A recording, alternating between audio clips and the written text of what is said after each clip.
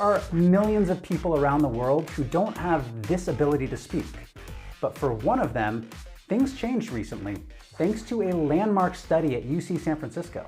It is the most, natural, effortless, expressive, personal, and efficient way to communicate.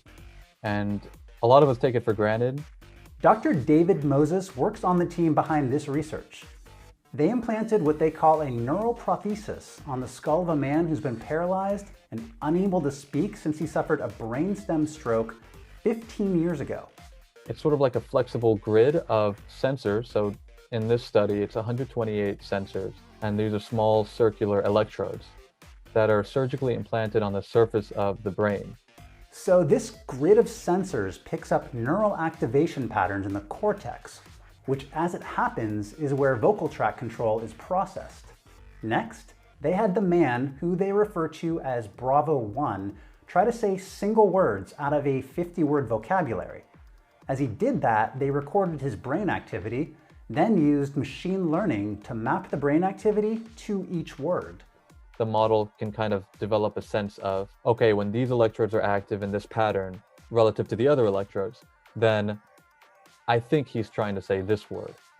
After a total of 22 hours of recording Bravo 1's brain activity, it was time to start translating attempted speech into words. The team asked him questions by putting them up on the screen, and then asked him to answer using that 50-word vocabulary. We see that it's happening, right in front of our eyes, right in front of his eyes. He's very excited about it too. So I mean, those are some very special moments for sure.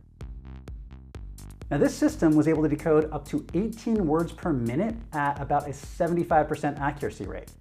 Now most of us speak at a rate of about 120 to 150 words per minute. So Dr. Moses says the ultimate goal would be to get the rate closer to that 120 to 150, and of course build on that 50-word vocabulary. Now he wants to make one other thing very clear. This is not mind reading. This work got posted on Reddit, for example, as soon as it came out, and a lot of people were saying that it's going to be used for interrogations, and it's mind reading, and your inner thoughts are no longer safe.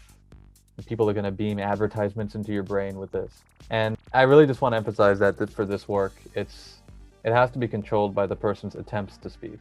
Well, first of all, there's no evidence that decoding internal thoughts is possible with the current technology.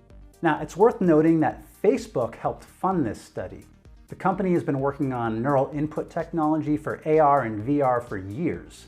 But Facebook appears to be backing away from that now, going so far as to say Facebook has no interest in developing products that require implanted electrodes. The company says going forward, it's focusing on wrist-based neural interfaces.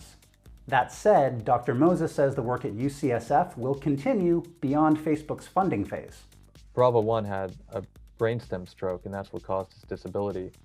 But there are people with even more severe disabilities, such as people with ALS who become locked in, basically are only able to move their eyes, and sometimes not even that very well. And so if you can really show that this technology can decode their attempted speech in a similar fashion as to what we've shown with Bravo 1, I think that would, that would really, really emphasize that this is possible and this can really help people. Now, this of course is just one of several really exciting recent innovations in brain-computer interfaces. Earlier this year, scientists at Stanford used neural implants to give a paralyzed man the ability to create text on a screen by imagining the act of writing. And then of course there's Elon Musk's Neuralink, which allowed a monkey to play Pong on a computer using just his brain. Musk said the first Neuralink product will allow a paralyzed person to use a smartphone with their mind